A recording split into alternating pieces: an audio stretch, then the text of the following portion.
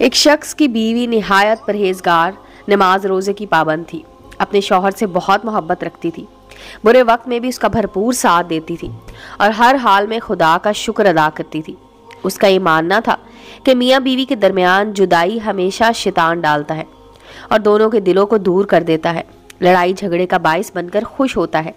इसलिए वो अपने शौहर की हमेशा फरमाबरदार थी और कभी किसी ऐसे ख्यालात को अपने और शौहर के दरमियान नहीं आने देती थी जिससे लड़ाई पैदा हो या दिलों में कदूरत और दूरी आए। दोस्तों, आप ये कह सकते हैं कि वह औरत एक मस्बत सोच की हामिल थी। हमेशा हर चीज के मस्बत पहलू देखा करती थी। एक दिन उसका शौहर काम से घर आया और उसे कहने लगा कि मेरी बड़ी ख्वाहिश थी कि तुमने जितनी मेरी खिदमत की और मेरा ख्याल रखा, हर अच्छे बुरे वक्त में मेरा साथ दिया, तो उसका बदल मैं तुम्हें कभी दे पाऊँ। मेरे खुदा ने मेरी दुआ कबूल फरमाई। मैं तुम्हें अल्लाह के घर की ज़ियारत को भेज रहा हूँ और चाहता हूँ तुम उम्रे की सादत हासिल करो। अल्लाह का शुक्र है कि उसने मेरी ख्वाहिश पूरी फरमाई। और औरत ने कहा कि क्या आप भी मेरे साथ चलेंगे? तो उसने कहा, नहीं, मैं तुम्हें तुम्हारे भाई के साथ भेज रहा हूँ, खुद नहीं जा पाऊँगा, पर मेरा वादा है कि मैं पैसे जमा करूँगा और फिर से हम दोनों उम्रे के लिए नहीं बल्कि हज अदा करने जाएंगे। औरत ये सुनकर बहुत खुश हुई।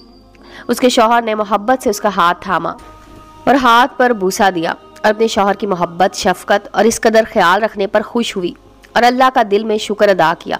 फिर सफ़र पर जाने का वक्त आया। एयरपोर्ट पर शौहर ने अपनी बीवी को अलविदा किया और दुआ दी कि खुदा की पनाह में रहो और खैर से वापस लौटो। बीवी ज़ारों के तार रोने लगी। शौहर ने उसको अपने साथ लगाकर कहा कि रो क्यों रही हो? तुम्हें तो खुश होना चाहिए कि तुम अल्लाह के मुकद्दस घर की ज़ियारत पर जा रही हो। ये सादत बड़े खुश नसीबों को मिलती है। बीवी ने यह सुनकर कहा कि मैं आपकी कमी को महसूस करूंगी। बहरहाल वो उम्रे के लिए चल पड़ी। खाना काबा पहुंचकर उसने उम्रा अदा किया और दुआ फरमाई कि अल्लाह ताला उसे अपने शौहर के साथ हज नसीब फरमाए और वो दोनों अल्लाह के घर की एक साथ ज़ियारत करें। वो जितने दिन वहाँ रही अल्लाह ताला की इबादत और हम्दो सना में मशगूल रही और यही दुआ मांगती रही। फिर यूं हुआ कि उसकी वापसी जिस तारीख को थी वो अचानक तब्दील हो गई। किसी मसले के बाइस एयरलाइन ने उसकी वापसी की तारीख बदल दी। पहले बीवी ने चाहा कि वो कॉल करके शौहर को जल्दी वापस आने का बताए। फिर सोचा कि वो क्यों ना अचानक वापसी पर अपने शौहर को सरप्राइज दे, इसलिए उसने वापसी की तारीख की तब्दीली का अपने शौहर को ना बताया। वापसी का सफ़र हुआ। बीवी एयरपोर्ट से सीधा अपने घर पहुंची। दबे पाँव अंदर दाखिल हुई। शौहर को घर में ढूंढा, वो घर में कहीं उसको ना दिख रहा था। पूरे घर में देखने के बाद उसे ख्याल आया कि वो यकीनन अपने बेडरूम में होगा, क्योंकि वही रह गया था जहां उसने शौहर को तलाश नहीं किया था। वो दबे पाँव बेडरूम के दरवाजे पर पहुंची, बहुत आहिस्तगी के साथ दरवाज़ा खोला और साथियों, जब उसकी नज़र बेड पर पड़ी तो उसके पैरों तले से ज़मीन खिसक गई। ऐसा तो कभी उसने ख्वाब में भी नहीं सोचा था। बिल्कुल उसके लिए गैर मुतवक्को था। उसने सोचा तो था कि अपने शौहर को अचानक वापसी पर सरप्राइज देगी और उसका शौहर बहुत ज़्यादा खुश होगा, मगर उसने इस लम्हे अपने बेडरूम में जो देखा वो उस पर यकीन नहीं कर पा रही थी। अपनी आंखें मल कर देखी कि कहीं वो ये सब ख्वाब तो नहीं देख रही थी या ये सीन किसी फिल्म का नहीं है। खुद को चुटकी काट कर देखा, क्या ये सच है या ख्वाब? उसने देखा कि उसका शौहर बेड पर किसी गैर औरत के साथ है और दोनों को कोई होश नहीं। वो ये देखकर सख्त सदमे में और दुख में आ गई और कमरे से बाहर आकर बैठ गई। वो सख्ते किसी कैफियत में मुब्तला थी कि कुछ मिनट बाद कमरे का दरवाज़ा खुला और उसका शौहर बाहर निकला।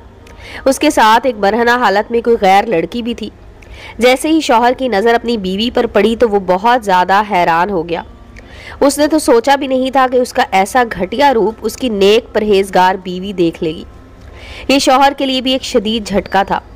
वो इस कदर शर्मिंदा हुआ और अपनी बीवी की सवालिया शिकायत भरी नज़र को बर्दाश्त न कर पाया।